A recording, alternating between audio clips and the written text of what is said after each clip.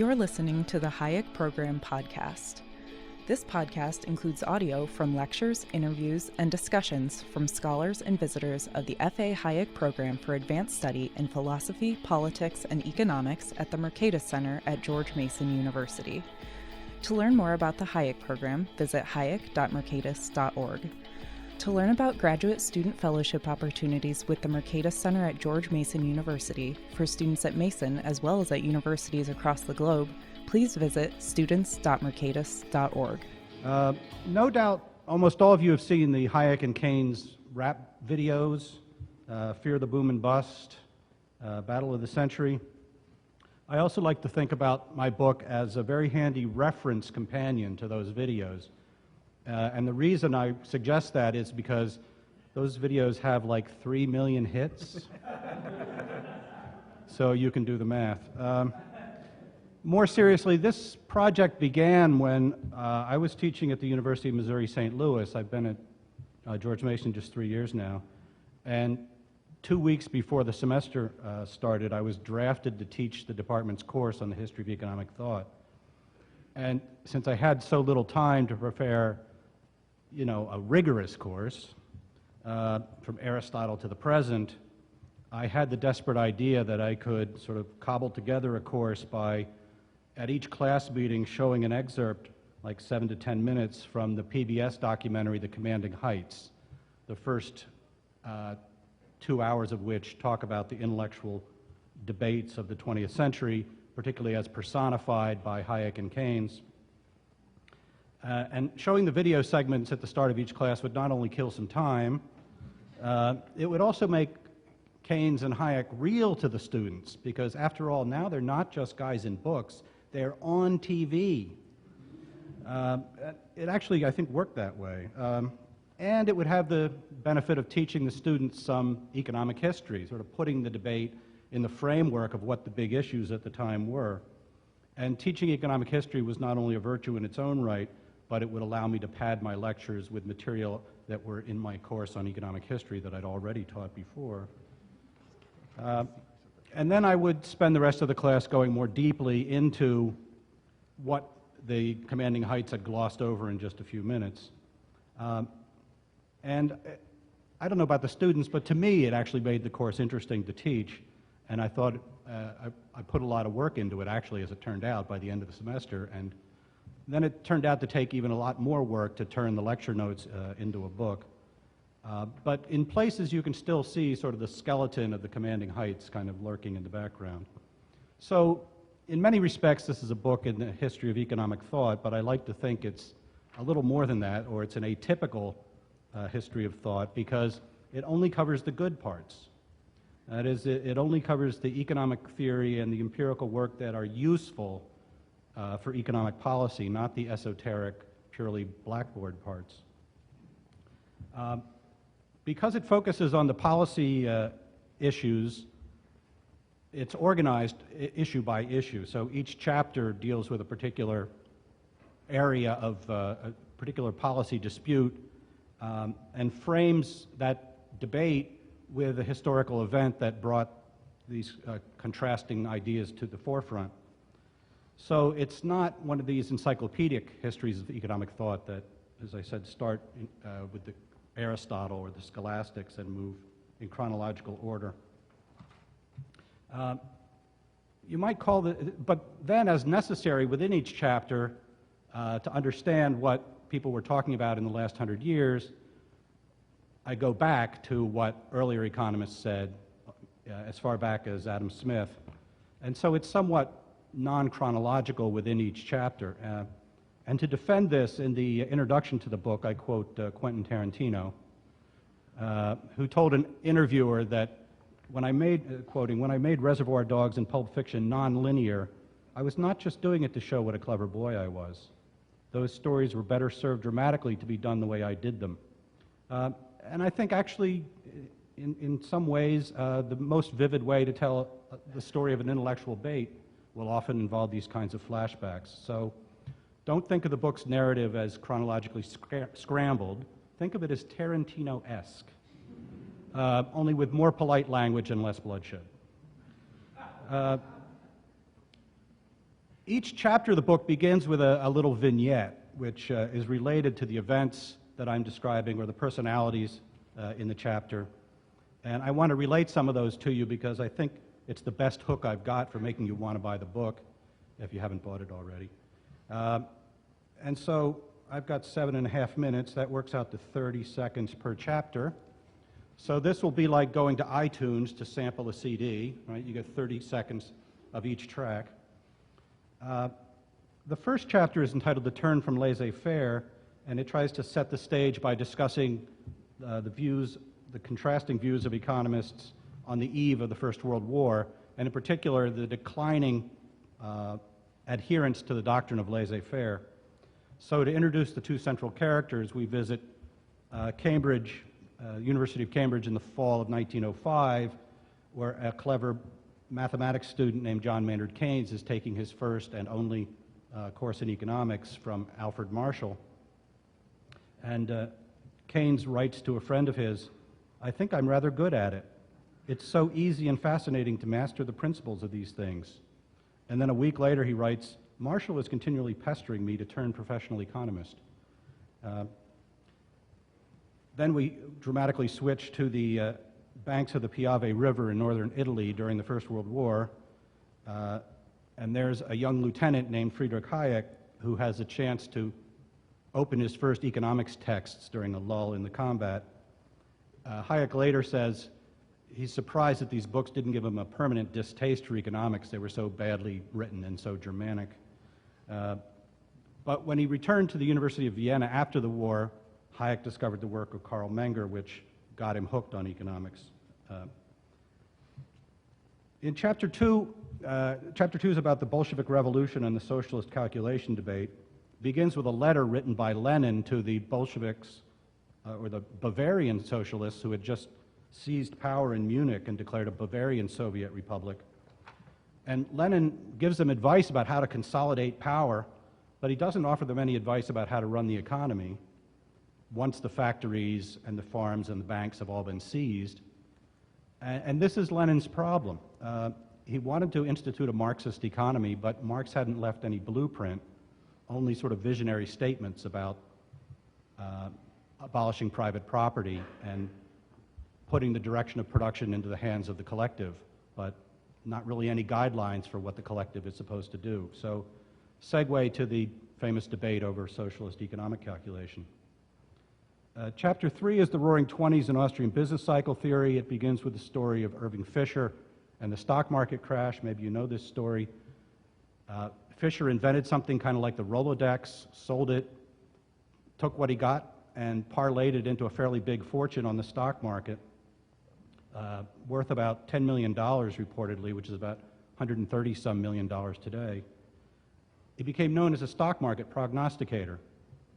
And on October 15th, 1929, he's at a dinner meeting as a speaker in New York City, and as reported in the New York Times, he tells the audience that stock prices had reached, quote, what looks like a permanently high plateau.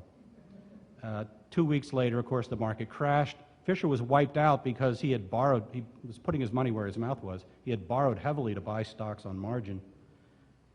He was so wiped out he had to sell his house and move in with his sister-in-law. He had no other place to live.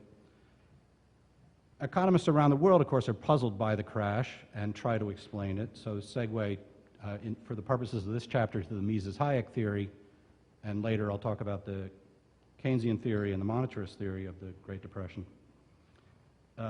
Chapter 4, the New Deal and Institutionalist Economics, begins just with a slight bit of bias, I suppose, with Rexford Tugwell sitting in a marble-clad lobby in Rome, Italy, in October 34.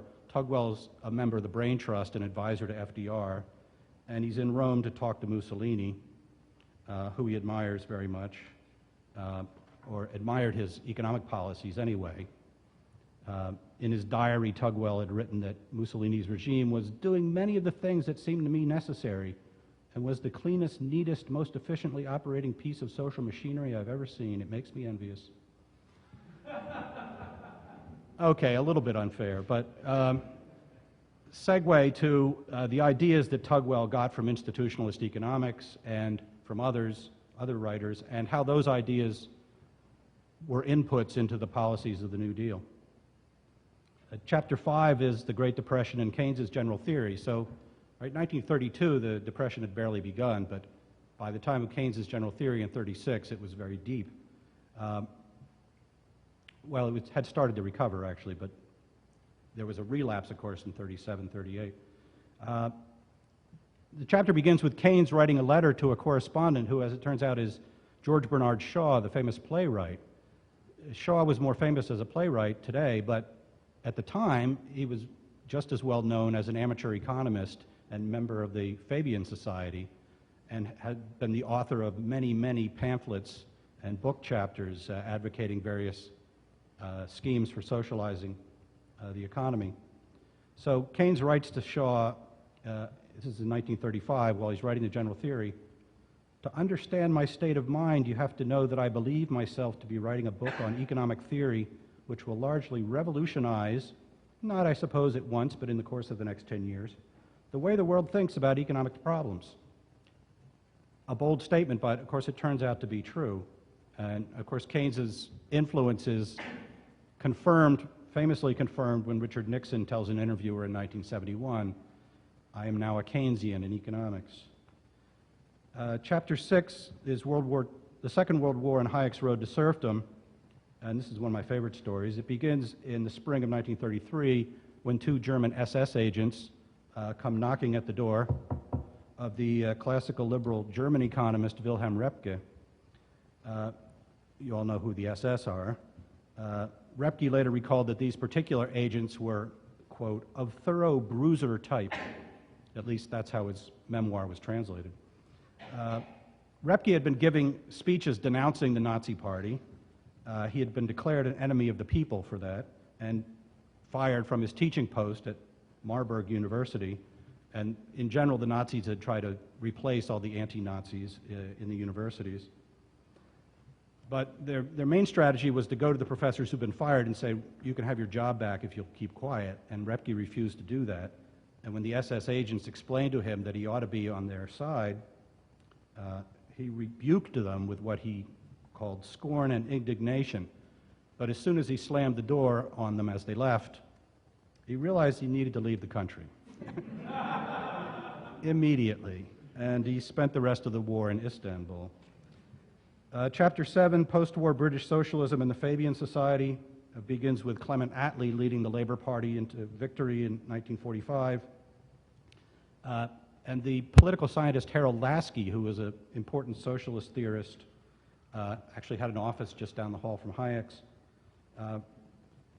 A series of newspaper stories by a paper that was hostile to the Labour Party reported favorable statements Laski was making about the Soviet Union and even about Stalin's government. And Attlee wasn't pleased by this, and he sent Laski a private message that read, "A period of silence on your part would be welcome." After winning the election, Laski held a press conference at which he insisted to the reporters that he would be making policy, not Professor Laski. And the New York Times responded to this by running a story with the headline, quote, "Britain not ruled by intellectuals."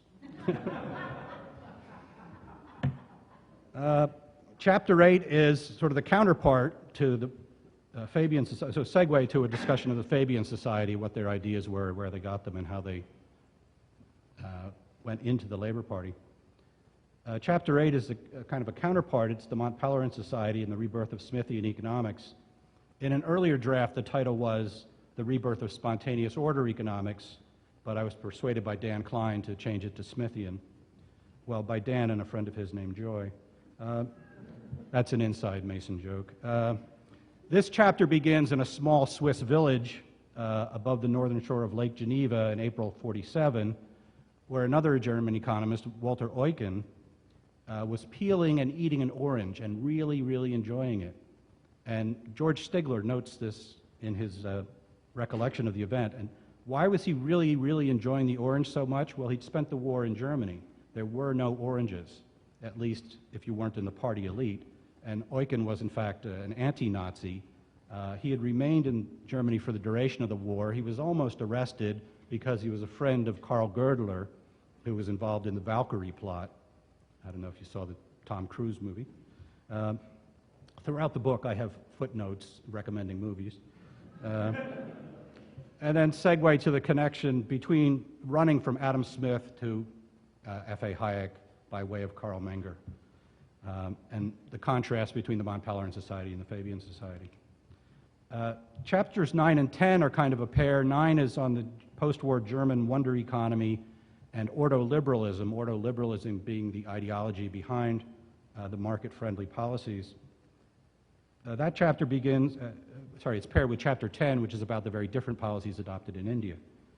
Chapter 9 begins with a telephone ringing in the office of Ludwig Erhard, who was the director of the economic administration of the UK-US occupied buy zone, a classical liberal economist who just by happenstance got this job. At the other end of the line was the American military commander of the region, General Lucius Clay. Lucius Clay's office had gotten word that in the speech Erhard was about to give, introducing the new Deutschmark to replace the old Reichsmark, that he was going to go beyond that and announce decontrol of many prices and the end of rationing for those goods, which had not been officially cleared by the Allied authorities. So Erhard comes on the line and General Clay says to him, "Professor Erhard, my advisors tell me that you are making a big mistake." And Erhard replies, "So my advisors also tell me." At least that's the way Erhard later told the story. I'm not sure it's completely accurate, but the decontrol went ahead and Germany's economy boomed. Things went very differently in India. Chapter 10 is Indian Planning and Development Economics, but it's lately been known unofficially as Tyler Cowen's favorite chapter. It begins with Peter Bauer, the Hungarian-turned-English economist, development economist, visiting India for the first time in 1958. And he's looking for an Indian economist named B.R. Shenoy. He's looking for Shenoy because in 1955, when the Indian government introduces the second five-year plan, they appoint a committee of economists, a panel of 21 economists, to review the plan and offer their endorsement or suggestions. And 20 of the economists signed a statement endorsing the plan. Shenoy was the only dissenter, and he issued a dissenting note criticizing the plan, saying that market forces would do a better job allocating resources. And this note of dissent was a real annoyance to the members of the Indian Planning Commission, to the Prime Minister, Nehru, to Nehru's advisor who had drafted the plan, whose name was Mahalanobis, and to the international aid officials who were all behind this effort. But Bauer, being a critic of the plan himself, was eager to meet Shenoy. So he went to the British High Commission and asked them whether they were in any sort of contact with Shenoy. And the official he spoke to replied that, "We're too busy to have time for acknowledged madmen." That's how unwelcome Shenoy was in official circles. How much time am I running out of? Okay. Oh, at this pace I can do it. Chapter 11 is Bretton Woods and International Monetary Thought. It begins precisely at 3 p.m. on the 6th of July, 1944, when Harry Dexter White's daily press conference has a guest star, which is John Maynard Keynes. White was the head of the U.S. delegation. Keynes was the head of the British delegation. And the reporters were very eager to hear Keynes because he was still something of a economic policy rock star, you might say, world-renowned, and still intellectually vigorous, although kind of worn out. In fact, a few days later, he had a heart attack. Keynes, of course, was not a friend of the gold standard, and he had written in 1924 that the gold standard is already a barbarous relic. At the Bretton Woods press conference, Keynes likened the gold standard to a dictator. He said the gold standard should not continue to exercise what he called tyrannical powers over the world. Instead, the work of the conference was to limit gold to the role of, quote, a monarch subject to constitutional limitations. And this way of putting it was kind of odd to those economists on the other side who viewed the gold standard itself as a useful constitutional constraint on government monetary and fiscal policies. So segue to the economists' understanding of the gold standard and their criticisms of it over the years. After Bretton Woods breaks down, or simultaneous with the breakdown of Bretton Woods, inflation picks up in the U.S. So Chapter 12 is the Great Inflation and monetarism, because monetarism comes to the forefront as a way of explaining the inflation. The chapter begins with Milton Friedman writing a column in Newsweek applauding the appointment of Arthur Burns to head the central bank, the Federal Reserve System. Friedman had studied with Burns, so he was Burns was something of a mentor to him. And Friedman in his column urges Burns to control money growth in order to avoid inflation. But as Fed chairman, Burns very quickly begins to blame inflation on everything other than monetary policy, to cost push factors. He talks about how the economy is not working the way it's supposed to because inflation's going up at the same time that unemployment's going up. So just 3 months after he writes this Newsweek column, Friedman, although he's a friend of Burns, writes him a very stern letter criticizing his arguments, criticizing his policy proposals, and by all accounts, the two were never very good friends after that. Segue to a description of the Great Inflation and the monetarist explanation of it. Chapter 13 tries to cover the growth of government, public goods, and public choice as public goods and public choice being alternative explanations for why government has grown. Right? Public goods theory tells us there's a demand for government and by the public who get the benefits of government. Public choice theory tells us there's a demand from people who are not the general public who get the benefit. But the chapter begins with the famous dinner party at which Ronald Coase is defending his article about the FCC to a group of Chicago economists. Even though the article's already been published in the Journal of Law and Economics, Friedman and Stigler and others are not buying what later became known as the Coase theorem. And this dinner, Coase knew this, and this dinner was to give him a chance to defend his view against everybody else. The way Stigler later recalls the event is that, quote, "We strongly objected to this heresy," the Coase theorem. Milton Friedman did most of the talking as usual. He also did much of the thinking as usual. In the course of 2 hours of argument, the vote went from 20 against and 1 for Coase, that being Coase himself, to 21 for Coase. What an exhilarating event. I lamented afterward that we had not the clairvoyance to tape it. Coase's recollection was pretty similar. He knew that he was going to survive when he said, if Milton Friedman can't knock you out after a couple of rounds, you're home. Afterward, Aaron Director asked Coase to write up the arguments he had just made. The result was an article called The Theory of the Problem of Social Cost. Went on to become probably the single most cited article in economics. Segue to the public goods problem and its use as a rationale for the growth of government and the critique offered by Public Choice School. Chapter 14 is free trade, protectionism, and trade deficits, where I borrow shamelessly from Doug Irwin's work. Begins with Milton Friedman testifying before the U.S. Trade Deficit Review Commission in 1999, and he's wearing an Adam Smith necktie. And one of the commissioners says, "Oh, I see you're wearing an Adam Smith necktie." They have a little exchange. He says, "So how do you think Adam Smith would have felt about the WTO, the World Trade Organization?" And Friedman replies, "Well, in my opinion, the best policy we can follow is to unilaterally remove our restrictions on trade." And this unilaterally part is something that has always been controversial and certainly hard for politicians to grasp. So segue to the case that Adam Smith made for that proposition, and the case made for it and against it by later economists, the case against it most importantly being the infant industry argument. And finally, Chapter 15 brings us up to the present under the title, From Pleasant Deficit Spending to Unpleasant Sovereign Debt Crisis. So it talks about Keynesian fiscal theory, or so-called Keynesian fiscal theory. We were just talking before the event about to what extent it was Keynesian.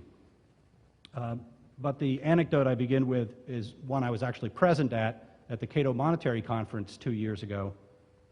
George Tavlis from the Bank of Greece, note Greece, gets up to speak, and he says to this American audience, "Well, it's a pleasure to be in the United States again, which more than ever feels like being at home."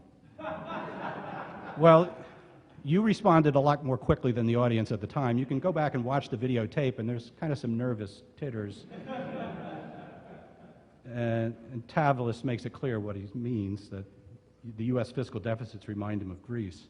So the chapter goes on to discuss fiscal Keynesianism, the idea that deficit spending, unless you're at full employment, is a free lunch, or better than a free lunch, if the multiplier is more than one. Buchanan and Wagner's critique of that, the argument that deficits do burden future generations, the idea of Ricardian equivalence, and the idea of unpleasant monetarist arithmetic, which helps to explain, I think, the fix that Greece and other Eurozone countries are in. So thank you for your patience as I tried to cover all that. There's more in the book, believe me, more details and footnotes, but thanks very much.